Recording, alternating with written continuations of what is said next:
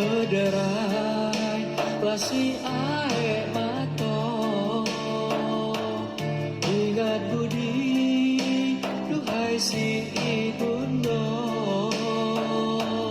siang malam menanggung derita saya ulurkan hati si buah cinta siang malam menanggung derita saya ulurkan hati si buah cinta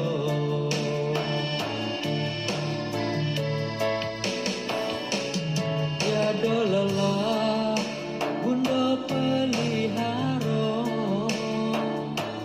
jiwa raga segala dipasrahkan bagai mentari sinarkan siang saya bagai bulan selimutkan malam bagai mentari sinarkan siang saya bagai bulan selimutkan malam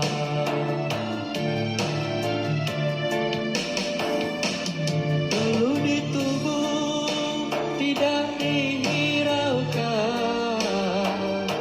penat di badan semua diabaikan siang malam kasih dicurahkan saya hidup dan jaga tiada terkirakan siang malam kasih dicurahkan saya hidup dan jaga tiada terkirakan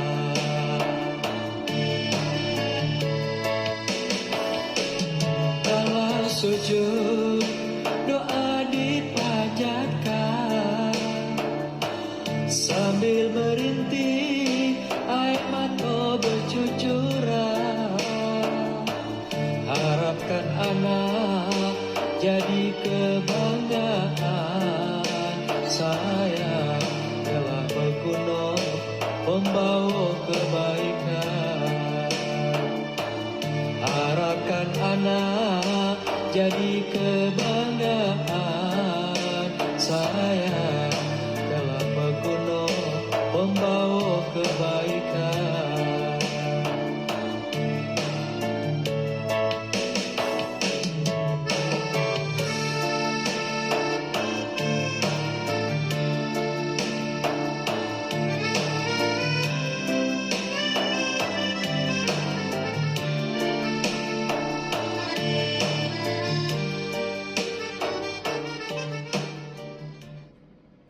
Assalamualaikum warahmatullahi wabarakatuh. Selamat malam saudaraku semuanya. Kembali kita bersama dalam podcast kami yang hari ini malam ini akan menyampaikan kisah-kisah inspiratif tentang sufi kita ya.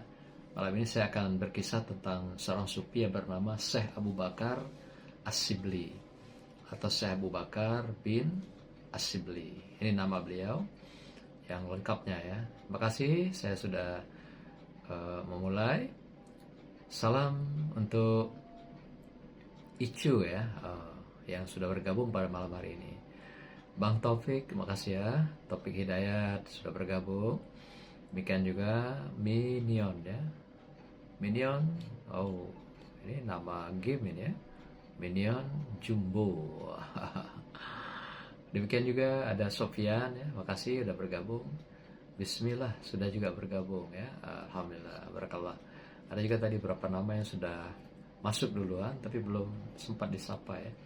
Sudah langsung hilang dari layar gitu ya. Nanti saya sapa kembali ya. Makasih ya sudah bergabung juga. Ada di sini Jung ya, Bang Ajung, Alparuk, JWP, terima kasih semuanya. Nah, kita coba berkisah ya tentang Syekh Abu Bakar As-Shibli ya. Syekh Abu Bakar As-Shibli adalah seorang sufi yang juga menganut aliran zuhud di dalam kehidupannya.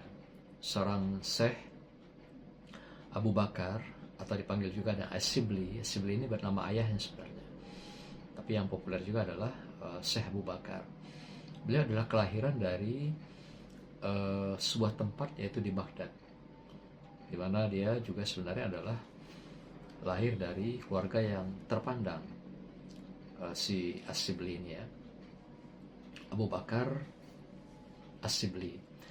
Beliau lahir pada tahun 247 Hijrah, jadi cukup lama, abad ketiga ya, atau bersamaan dengan 861 Masehi di Baghdad. Dia berasal dari keluarga yang terpandang dan juga berkuasa pada masa pemerintahan Daulah Abbasiyah. Jadi cukup terpandang dia.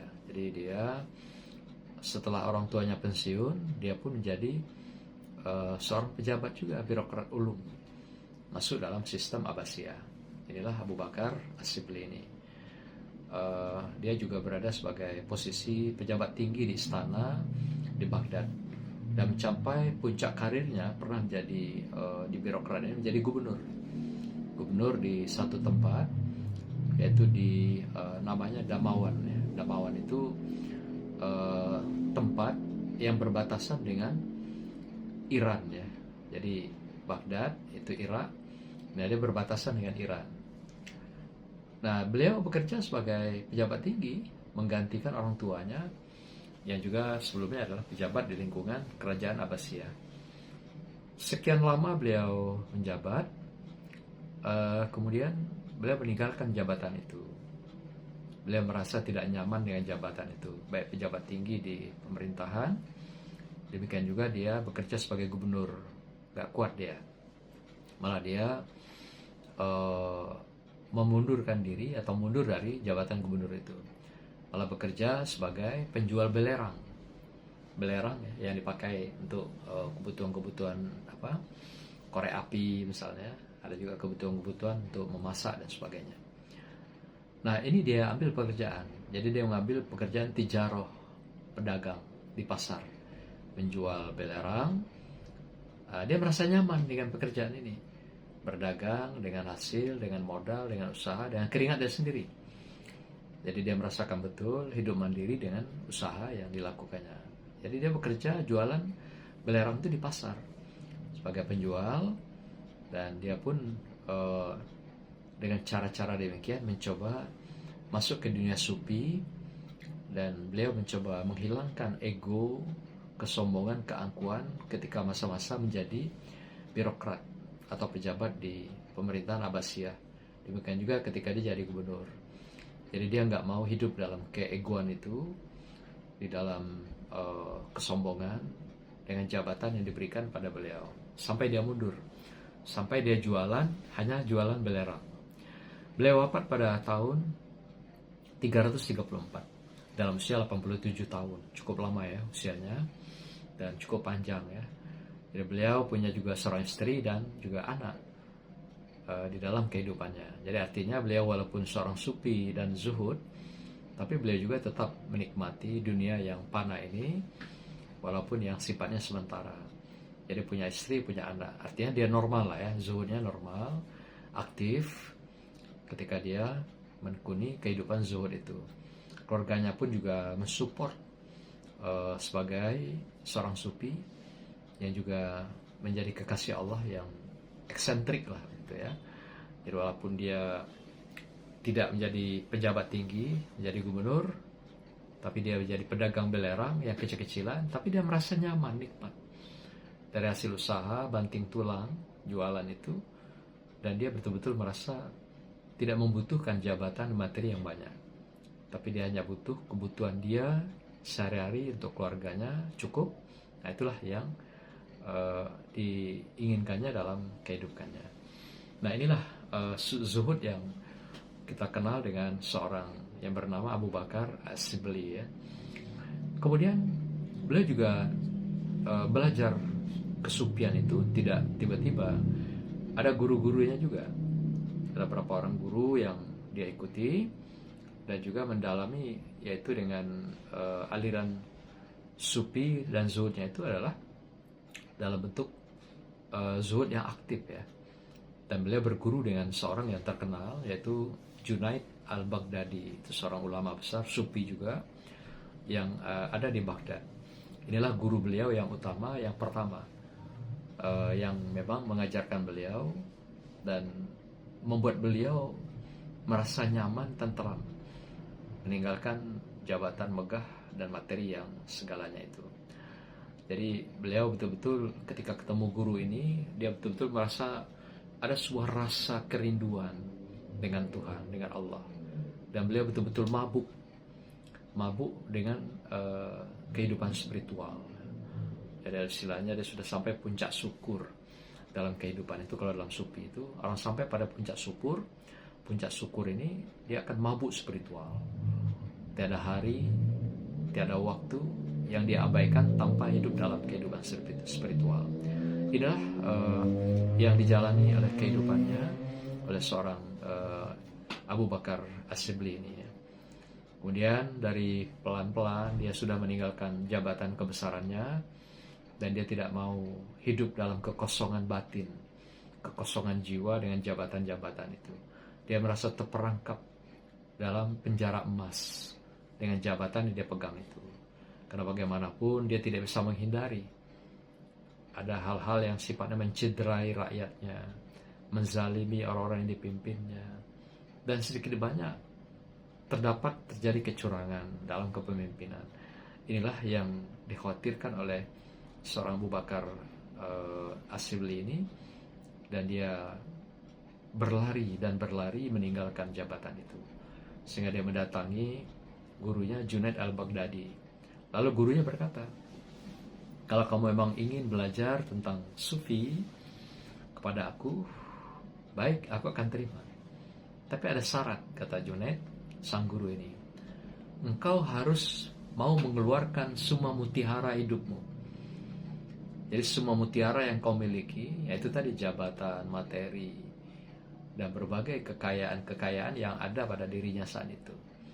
Memang kalau mau, kau harus meninggalkan mutiara-mutiara itu.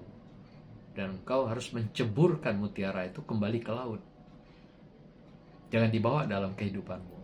Subhanallah ya. Inilah cara gurunya mengajar, mendidik seorang Abu Bakar As-Sibli. Kalau mau, oke.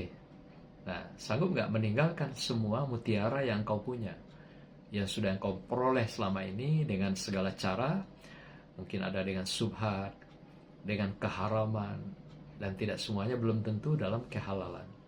Kalau mau, aku siap mengajarkan kau. Begitulah fakta integritas perjanjian yang dibangun oleh seorang guru yang bernama Junaid ini ya, kepada muridnya yang bernama Abu Bakar As-Sibli ini.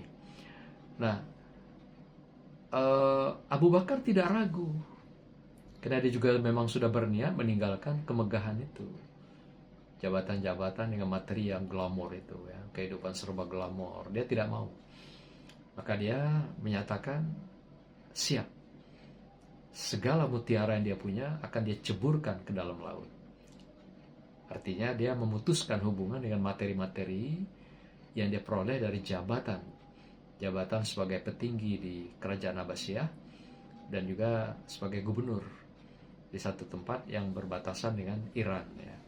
Nah, inilah cara dia mengambil keputusan untuk masuk dalam pendalaman kesufian dan tasawuf itu. Jadi dia tidak mau terbelenggu dengan penjara emas yang dikatakan itu di dalam kehidupan dunia. Apalagi dunia ini singkat katanya, dia tidak mau dipenjara dalam penjara emas itu. Walaupun hidup dalam kemeriahan, semua kehormatan, dan sampailah pada puncak jabatan yang dimiliki. Tapi dia ikhlas meninggalkan itu semua, namun dia tetap bekerja untuk memenuhi kebutuhan keluarganya sehari-hari. Selamat malam semuanya saudaraku, dimanapun Anda berada. Saya sapa dulu yang sudah bergabung pada malam hari ini. Kita berkisah tentang inspirasi dari para sufi ya, untuk membina hati kita, pikiran kita, agar tidak terlena dengan dunia yang begitu indah dan singkat ini. Terima kasih Harry Toyota sudah bergabung ya pada malam ini. Apa kabar Bang Harry? Masih aktif ya di Toyota ya? Lama gak ketemu ini ya. Baik. Terima kasih Matigan yang sudah bergabung berkesempatan ini. Makasih ya. Bang Heri, selamat malam ya. Anak game, wow, anak game. Siapa namanya nih anak game ini? Nggak ada nama ya. Baik, terima kasih ya semua yang sudah bergabung pada malam hari ini. Nah, kita ikuti dulu musik berikut supaya ada sela ya antara kisah-kisah inspiratif Sufi ini dengan hiburan spiritual kita.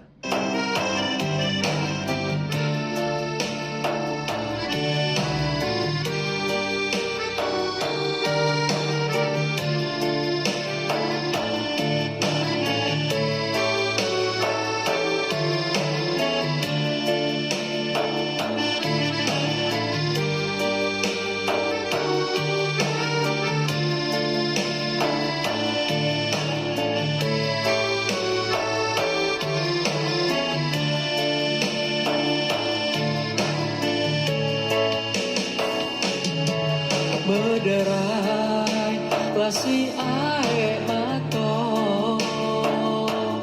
ingat budi duhai si ibundo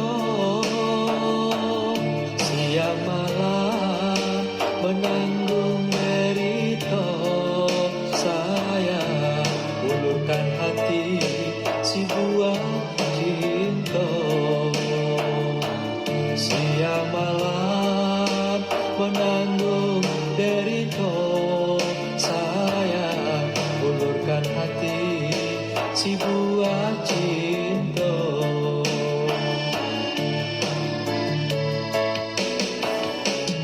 tiada lelah bunda pelihara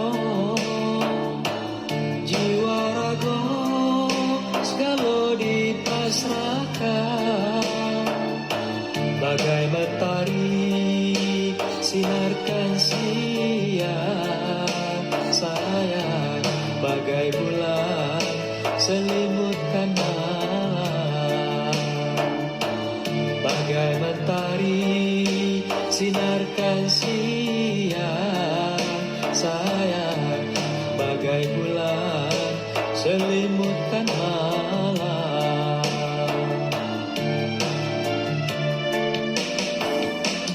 teluh di tubuh tidak dihiraukan penat di badan semua diabaikan siang malam kasih dicurahkan saya tidur dan jaga tiada terkirakan siang malam kasih dicurahkan saya hidup dan jaga tiada terkirakan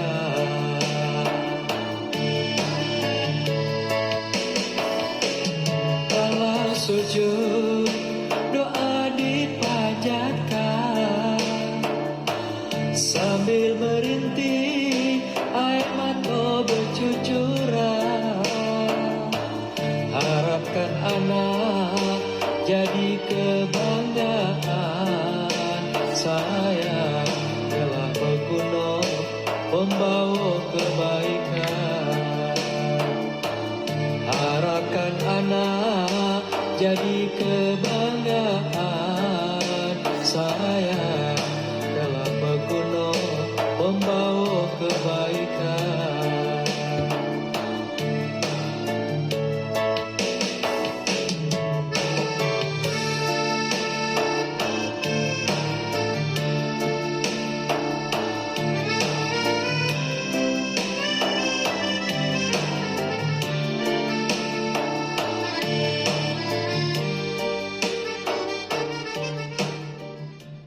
Terima kasih saudaraku semuanya yang sudah bergabung pada malam hari ini ya dalam kisah inspiratif yaitu para sufi ya.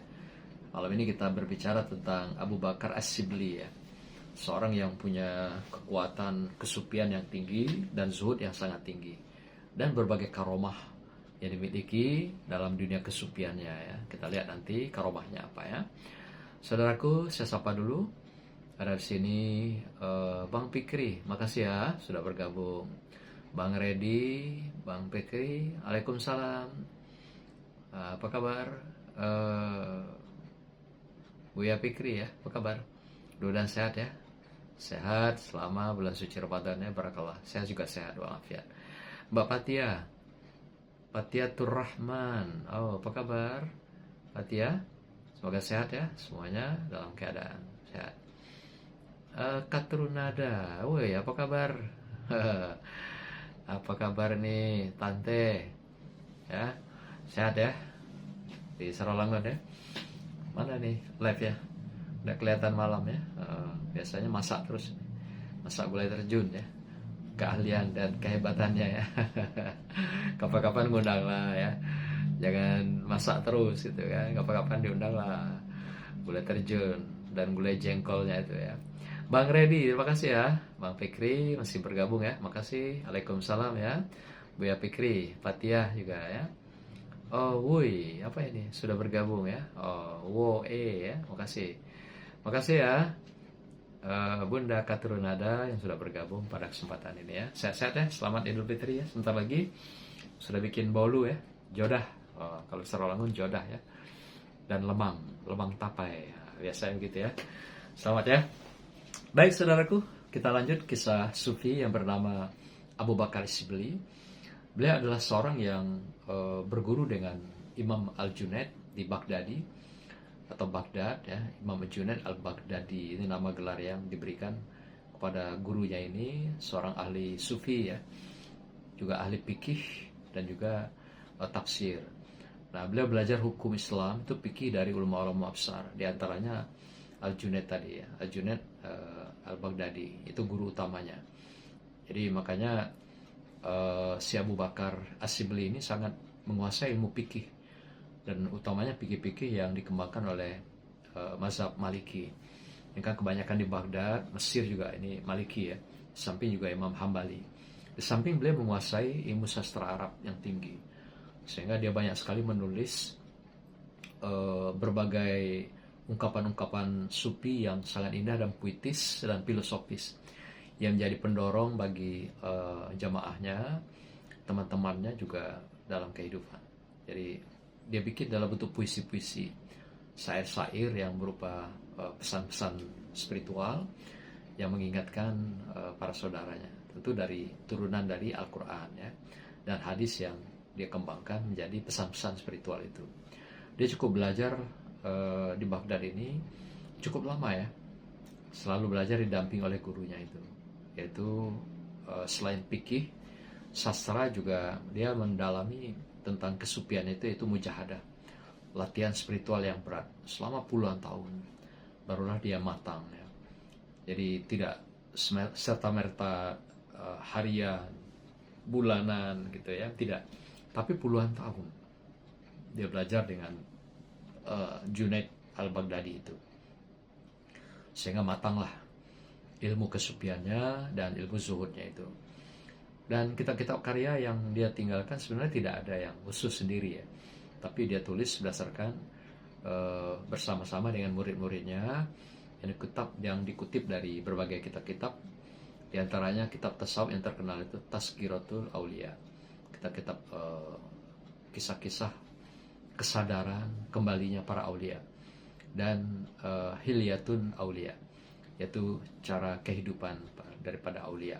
Ini yang dia jadikan kutipan-kutipan, dia kembangkan dengan jemaahnya, dan dia jadikan buku-buku baru ya. Ini yang luar biasa dari seorang Abu Bakar As-Shibli ya.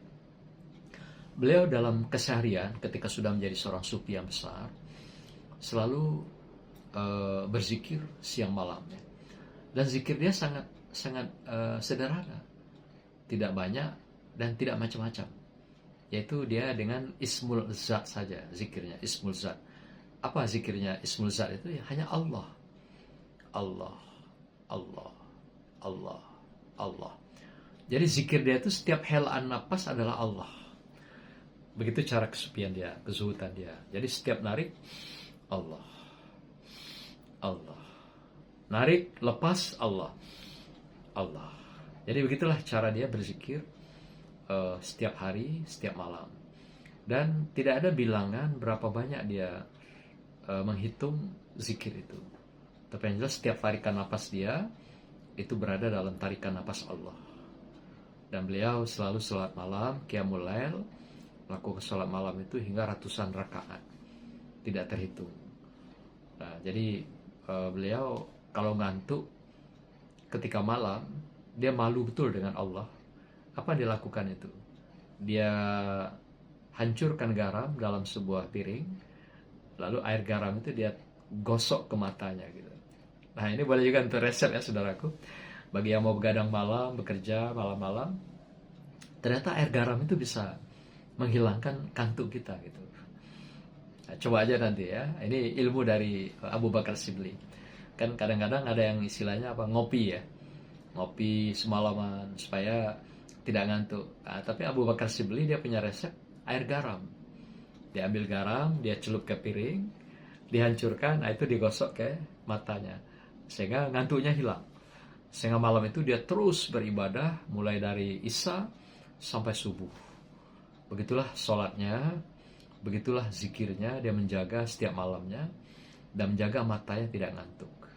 Sehingga hari-harinya setiap malam dia berada di mihrabnya, di sajadah itu dengan berzikir ya. Kemudian dia juga suka membaca Al-Quran. Yang dalam catatan sejarah itu luar biasa ya. Beliau menghatamkan Al-Quran itu sampai 13.000 kali. Nah, ayo, Anda selama bulan suci Ramadan berapa kali hatam? Bayangkan, seorang Abu Bakar Shibli, dia menghatamkan Quran itu 13.000 kali. Jadi samping dia habis Al-Quran, dia menghatamkan sampai 13.000 kali. Maka ketika dia sholat itu, dia menghatamkan Al-Quran gitu. Nah, bayangkan berapa lama itu ya. Ketika malam hari dia sholat, qiyamul lail, itu menghatamkan Al-Quran. Dan beberapa kali hatam. Sehingga bisa dia dapat sampai usia 87 tahun, itu dia menghatamkan Quran selama 13.000 kali. Inilah masa-masa dia menggapai ridho Allah itu, ampunan Allah, dan mencapai kesucian di hadapan Allah. Jadi orang-orang yang betul-betul bersih dan mendapatkan karomah dari Allah Subhanahu wa taala. Dan samping hafalan beliau juga luar biasa, dan beliau hafal Quran ya. Ini yang membuat dia bisa menghafal begitu cepat ya. Nah, luar biasa ya apa yang terjadi dengan dirinya itu. Sehingga kadang-kadang jamaahnya itu mentertawakan dia.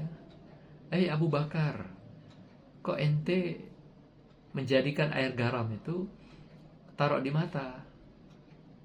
Untuk apa itu digunakan? Nah, jadi dia mengatakan pada teman-temannya, oh itu adalah menutupi rasa maluku kepada Allah jika aku tertidur di saat dipanggil Allah SWT. Jadi beliau mengusap air garam di matanya itu untuk menghilangkan malu di hadapan Allah, supaya nggak tidur semalaman itu dan nanti dia tidak menyesal dalam kehidupan. Jadi dia merasa kalau tidur malam itu seakan-akan merasa dia sudah meninggalkan Allah. Sampai begitu yang dibangun dalam kejiwaannya, sehingga garamlah yang jadi teman dia gitu. Sehingga semalaman dia nggak tidur gitu ya. Demikian juga beliau sangat penyayang dengan hewan ya, dengan makhluk. Apa yang ditemukan di jalan, ya misalnya kucing sedang sakit, malah dia ambil kucing itu, dia bungkus dengan jubahnya, dia bawa pulang, dia pelihara sampai sehat. Nah, sampai begitu. Pernah juga seekor anjing. Padahal anjing kan haram ya bagi ulama dan juga bagi kita umat Islam. Nah, dia melihat ada seekor anjing ditinggal oleh ibunya. Kedinginan, ya, menyala, tidak henti-hentinya karena kedinginan badannya, di samping ditinggal oleh ibunya. Lalu diambil oleh Abu Bakar Shibli, dia angkat, dia masukkan dalam jubahnya, dia selimuti gitu. Sampai anjing itu hangat kembali, sampai dia besar gitu.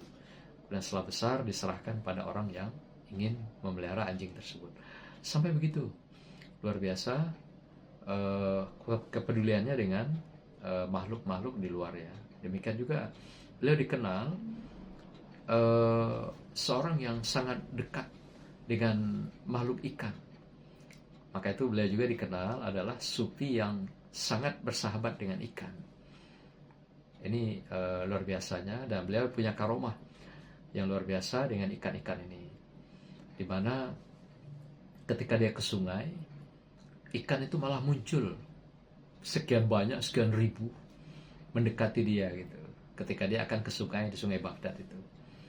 Ada sungai di Baghdad itu namanya sungai Efrat dan Tigris. Efrat itu hulunya, hilirnya adalah Tigris. Jadi dari hulu sungai sampai kepada hilir, sungainya panjang, besar gitu. Dan di sungai itulah ketika dia datang ke pinggir sungai, ikan tuh pada nongol. Ribuan ekor, bukan satu dua gitu. Ribuan besar ekor yang besar-besar. Hebatnya lagi apa? Dengan karomah dia ini, dia bisa mandi berenang dengan ikan itu sampai dibawa oleh ikan itu ke laut gitu. Dan dia menjadi pembela ikan-ikan itu. Kalau ada nanti yang predator yang mau memakan, memangsa ikan ini, dia yang menghadapi gitu. Nah, sampai begitu. Jangan diganggu ini sahabatku semua. Jangan diganggu ikan-ikan yang bersamaku. Anda tidak boleh mengganggu ikan ini. Karena dia bisa berkomunikasi dengan makhluk laut ini. Makhluk-makhluk yang sungai itu. Inilah kesupian beliau yang luar biasa dan dimiliki sepanjang hayatnya gitu ya. Inilah seorang yang Abu Bakar Shibli ini yang terkenal dalam kehidupannya. Jadi banyak sekali karomah-karomah yang dimiliki oleh seorang Abu Bakar ya. Jadi selain tadi dia punya karomah ikan, jadi kalau dia mandi itu langsung berenang dengan ikan. Dibawa oleh ikan itu bermain ke tengah sungai sampai ke laut gitu. Dan dia membela ikan-ikan ini gitu. Tidak ada yang boleh mengganggu ikan itu seekor pun. Nah begitulah dia dengan kesupiannya dan bersahabat dengan ikan itu. Kadang dia berpegangan dengan ikan yang besar, naik di atas ikan, atau juga berenang dengan ikan-ikan itu. Inilah dikenal dengan Abu Bakar Shibli, sahabat ikan gitu ya, manusia ikan. Kita kadang-kadang ini dalam dongeng ya, ada manusia bersahabat dengan ikan, berteman dengan ikan. Ternyata ada orang yang memang sufi yang betul-betul terbukti dalam sejarah dia adalah berteman dengan ikan itu dan baik sekali gitu. Nah bayangkan bagaimana dia bisa ke laut dibawa oleh ikan-ikan yang banyak, ribuan ekor itu, samping menemani dia, mendampingi dia dan menjaga dia gitu, sehingga dia menikmati perjalanan ke laut itu ya. Jadi luar biasa karomah beliau, dan tidak takut dia ke laut itu bersama ikan-ikan yang banyak itu ya. Dan dia sangat membantu kalau ada ikan-ikan yang dimangsa oleh predator-predator ini, beliau yang hadapi. Sampai begitu dia membela biota-biota laut itu, sampai makhluk-makhluk laut, sungai, selain ikan pun juga berteman baik dengan dia, dan tidak ada istilahnya yang menyakiti sesamanya karena dijaga oleh seorang Abu Bakar As-Shibli. Hebatnya lagi, satu ketika dia berada di tepi sungai, dia melihat indahnya ikan-ikan itu, lalu dia tertidur. Gak sadar dia tertidur saking ngantuknya si Abu Bakar Shibli ini. Ketika dalam tidur itu, si ikan bernyanyi gitu dengan suaranya, kurnya ya. Gimana suara nyanyi ikan kita juga nggak tahu. Tapi suara kurnya itu bersuara indah begitu, menjadi sebuah irama musik, irama seni, mengalunkan, menyampaikan irama, mengantarkan tidurnya si sufi Abu Bakar Shibli. Luar biasa. Jadi kalau tadi dia dibawa berenang sampai ke laut, nah ini ikan-ikan itu bersenandung.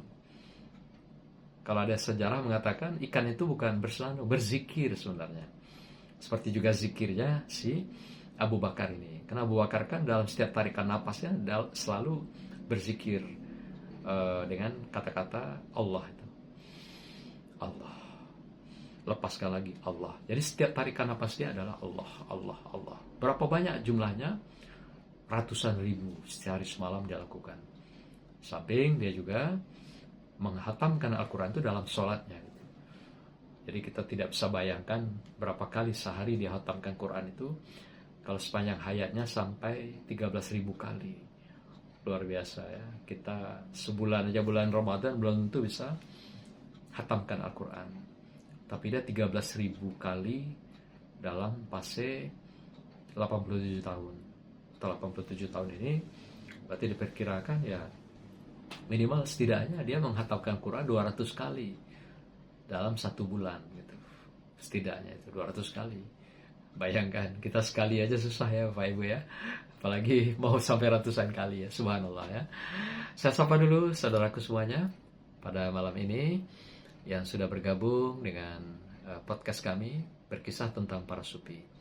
Bang Jamil, terima kasih ya udah gabung. Ada juga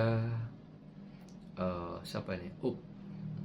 SBY ya, SBY, Upsa SBY. Makasih ya udah gabung. Ahmad Fahru Rozi, makasih Ahmad. Apa kabar? Lama gak ketemu ya. Haris Batang Asai, terima kasih ya Pak Haris. Tuan Guru, guru ya di Batang Asai ini ya. Belum tidur ya, bulan Ramadan ya. Ya, kita nikmati kisah para sufi ya. Di samping kita mengaji majelis taklim kita di bulan suci Ramadan ya. Kita mengenal seorang sufi yang bernama Abu Bakar Shibli. Abu Bakar Shibli ini adalah seorang sufi yang bersahabat dengan ikan atau sahabat ikan gitu ya. Nah, ini kisah tadi kita sampaikan ketika dia tertidur di tepi sungai Efrat itu yang hulunya Tigris. Jadi ikan-ikan ini bersenandung gitu. Kalau menurut para mufassirin ini bersenandung ini maksudnya berzikir, mengantarkan, mengalunkan tidurnya si Abu Bakar Shibli. Luar biasa ya. Jadi seperti juga Abu Bakar ini berzikirnya hanya Allah, Allah, Allah, Allah. Dalam hatinya sir, dalam kehidupannya sehari-hari. Jadi zikirnya lebih banyak sir ya, di dalam hati. Ini model sufi yang dia lakukan. Begitulah selalu yang dia lakukan dalam perjalanan kehidupan sehari-hari. Demikian juga dia juga punya karomah-karomah yang lain ya, di mana ketika dia tenggelam dalam zikir di kegelapan malam, dalam kegelapan tidak ada lampu, tapi kamarnya tiba-tiba terang benderang gitu ya, seperti ada cahaya yang menyinari. Ketika dia membaca Al-Quran, berzikir, itu cahaya itu muncul di dalam area kamar dalam rumahnya itu. Itulah luar biasanya dia dengan tenggelam dalam zikirnya, ibadahnya, sholatnya dengan Allah itu,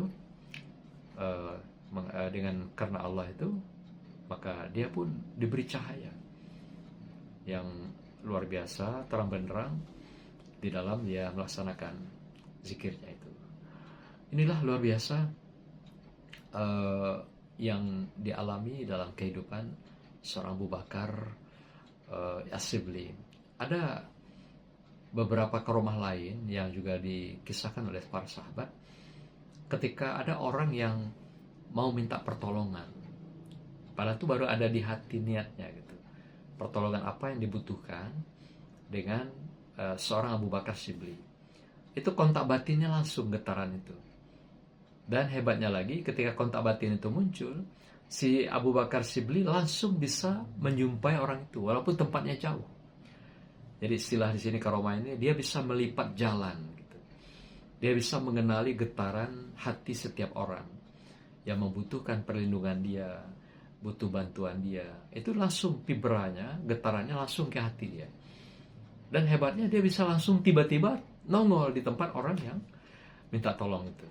Nah, begitulah cepatnya dia memberi pertolongan pada orang lain. Pertolongan pada muridnya, jemaah-jemaahnya. Jadi dia merasa betul, cepat tahu. Kalau kita sekarang paling-paling dikasih tahu pakai HP kan baru tahu. Di WA baru tahu gitu kan, wah si anu sakit, si anu perlu kebutuhan bantuan, di sini perlu pertolongan. Kita paling-paling HP bisa ya. Tapi seorang Abu Bakar Shibli, dia punya getaran itu langsung. Seperti kontak orang yang membutuhkan pertolongan dia itu, dan dia langsung datang ke tempat itu.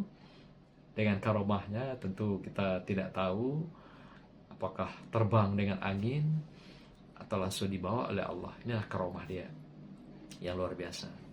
Saudaraku semua, saya sapa dulu teman-teman semuanya dimanapun Anda berada pada malam hari ini ya, dalam kisah inspiratif para sufi. Amer ya, Amir Zain, makasih ya udah gabung. User 4691 dan seterusnya, makasih udah gabung. Daryani, apa kabar Mbak Daryani? Semoga sehat ya. dan siap-siap menuju Idul Fitri ya. Barakallah. Udah bikin kue ya. Tuan Guru Haris Batang Asai ya, barakallah ya, masih bersama pada malam hari ini. Kita berkisah tentang Sufi Abu Bakar Shibli. Nah, saudaraku, inilah yang menjadi hal-hal yang menarik dari seorang Sufi Abu Bakar Shibli ini, yang dikenal dengan sahabat ikan gitu ya. Sufi yang bersahabat dengan ikan. Luar biasa, yang selama ini kita kenal kadang-kadang hanya dalam kisah-kisah mistik ya, bahwa ada ikan yang bersahabat dengan manusia. Ternyata tidak. Seorang Salih Shibli ini, seorang Abu Bakar Shibli ini membuktikan bahwa dia adalah betul-betul bersahabat dengan ikan. Luar biasa. Nah, tapi yang kita kagum dari beliau, ibadahnya. Kapan waktunya dia bisa berzikir sampai puluhan ribu, ratusan ribu itu? Kapan dia bisa sholat dan bisa menamatkan Al-Quran? Kapan dia bisa menghatamkan Quran sampai 13.000 kali? Ini pertanyaan yang luar biasa, yang tidak biasa pada manusia-manusia biasa. Sekalipun Sufi juga yang saya ketahui dalam sejarah, belum pernah saya temukan sejarah yang bisa menamatkan Al-Quran itu sampai 13.000 kali.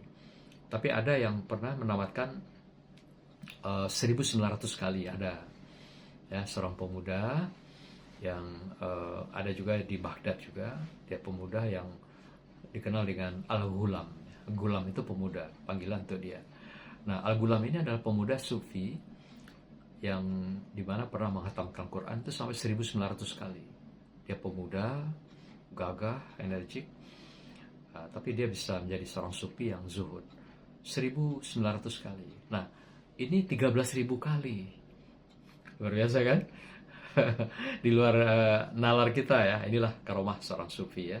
Gak bisa kita ikuti cara berpikirnya, karena mereka punya cara berpikir sendiri. Selamat malam Bang Rudi Kurniawan ya, Budi Kurniawan. Barakallah ya, sudah bergabung pada malam hari ini. Ada juga Mbak Siti Rahmi. Apa kabar Mbak Siti? Semoga sehat ya. Dalam podcast saya malam ini tentang kisah Sufi-Sufi ya, para Sufi. Bang Rudi, terima kasih ya sudah bergabung. Waalaikumsalam ya, terima kasih. Semoga sehat ya. Oh, di mana ini Rudi Kurniawan? Di Jambi atau di mana ya? Kurniawan ya. Mudah-mudahan sehat ya. Anda Rudi ya. Barakallah. Sapa Kurniawan. Oh, ada Sapa juga ya. Ini ada Rudi, ada Sapa. Keluarga kali ya. Barakallah ya, makasih. Tuan Guru Haris di Batang Asai masih setia ya, menanti kisah-kisah inspiratif. Kita dengarkan dulu tembang-tembang indah mengenang seorang ibu ya. Lagu yang saya bawakan sendiri dalam musik yang juga saya nuansakan, saya bikin sendiri ya. Selamat menikmati.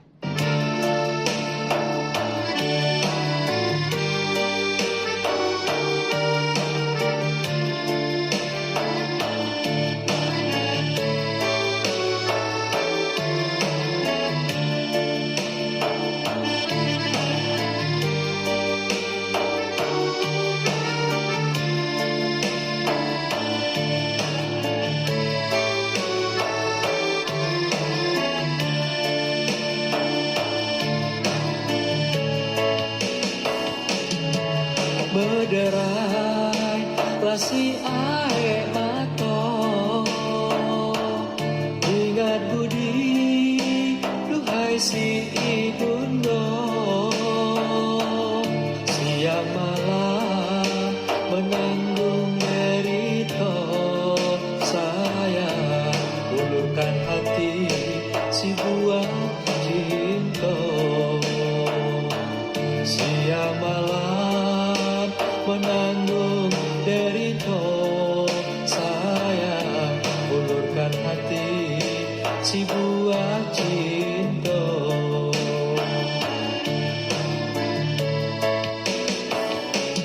Tiada lelah bunda pelihara, jiwa raga segala dipasrahkan.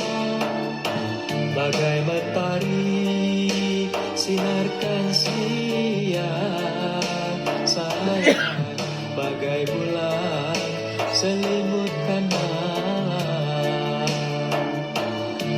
bagai mentari sinarkan siang, sayang bagai bulan selimutkan malam. Selamat malam semuanya, saudaraku, dimanapun Anda berada pada malam hari ini.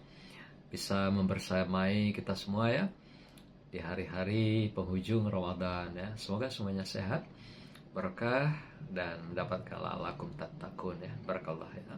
Terima kasih Mbak Fitrah Putra Ramadan. Wah, subhanallah. Pasti lahirnya bulan Ramadan ya. Fitrah ini ya. Fitrahnya lagi ya. Fitrah, zakat fitrah ya. Rudi Kurniawan ya, di mana? Ada di kampung ya. Ada Rudi, makasih ya. Oh, makasih Pak Rudi. Ya, semoga bahagia ya di samping keluarga Pak Rudi. Oh, luar biasa bergabung ya malam ini. Saudaraku, kita lanjutkan kisah Supi Abu Bakar As-Sibli ini ya. Satu ketika rumahnya masuk pencuri. Supi Abu Bakar ini. Ketika masuk pencuri, pencurinya bingung. Karena rumahnya ini gelap gulita. Hebatnya apa? Si Abu Bakar Sibli menghidupkan lampu pelita. Lalu dia panggil itu pencuri. Wahai tuan pencuri, kemarilah ambil lampu ini. Kalau kau mau mencuri rumahku, supaya tidak kegelapan, peganglah lampu ini. Silakan kau manfaatkan sehingga kau mencurinya lebih nampak, lebih kelihatan. Gila kan ini cara berpikirnya gitu. Jadi ada pencuri masuk ke rumahnya, kebingungan, gelap gulita, dia hidupkan lampu, dia kasih ke pencuri itu. Ya, boro-boro pencurinya dekat kan, malah mau lari, dia bilang, tidak usah lari, aku tidak akan menyakiti engkau, kata si Abu Bakar As-Sibli. Jadi dengan keramahan Abu Bakar ini, dengan menawarkan lampu, justru malah nggak jadi mencurinya. Malah dia bertobat, bersahadat di hadapan seorang Abu Bakar. Nah, artinya apa nih hikmahnya ya? Sebuah kejahatan jangan dibalas dengan kejahatan. Berikan dia dengan kebaikan. Ternyata itulah yang menggugah hati seseorang. Tapi kalau kejahatan dibalas dengan kejahatan, ya pasti akan terjadi benturan antara kejahatan yang ada itu. Dan tidak akan melahirkan sebuah kebaikan. Nah, pengalaman Abu Bakar As-Sibli, orang mencuri di rumahnya malah dikasih lampu. Supaya bisa mengambil barangnya, mana yang dibutuhkan, mana yang diperlukan. Karena prinsip dia, orang datang ke rumah mencuri itu karena dia butuh sesuatu di rumah itu gitu. Nah, maka dia tidak larang. Dia kasih lampu, silakan ambil apa yang kau mau di rumahku, silakan dicuri. Ya, mana mungkin lah orang sudah dikasih tahu begitu kan. Ketika dia mau lari, malah dia bilang, gak usah lari, aku tidak akan mencederai engkau, aku tidak akan melukai engkau. Engkau mau mencuri apa di rumahku, silakan, ini lampunya, pilihlah ya apa yang kau mau. Begitulah cara seorang Abu Bakar Sibli menghadapi seorang pencuri yang luar biasa. Dan dia bukan menyakiti malah pencuri itu, tapi malah dia yang dijamu ya, diberikan lampu sehingga apa yang dilakukan oleh pencuri itu malah pertobatan.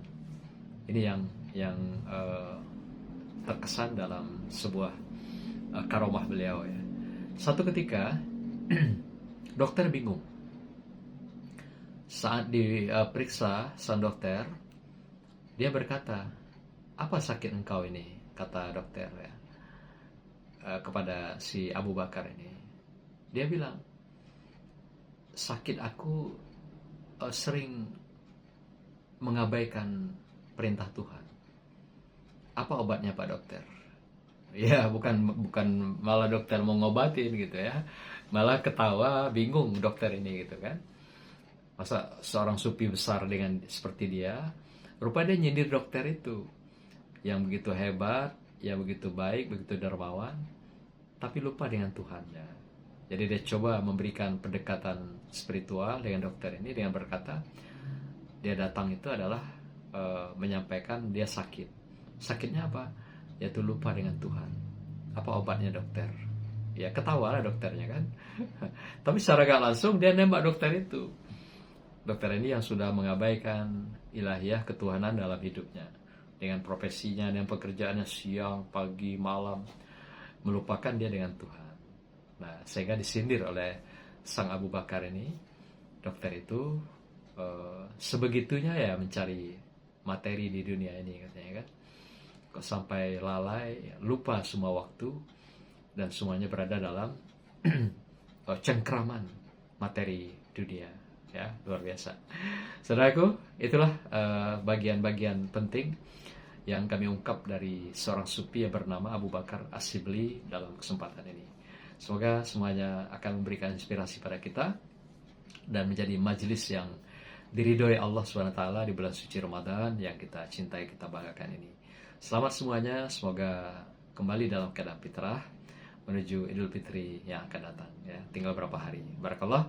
Mohon maaf atas segala kekurangan dan terima kasih atas segala kebersamaannya. Wassalamualaikum warahmatullahi wabarakatuh. Barakallah. Dulu di tubuh tidak dihiraukan, penat di badan semua diabaikan. Siang malam kasih dicurahkan, sayang tidur dan jago tiada terkirakan. Siang malam kasih dicurahkan, sayang hidup dan jago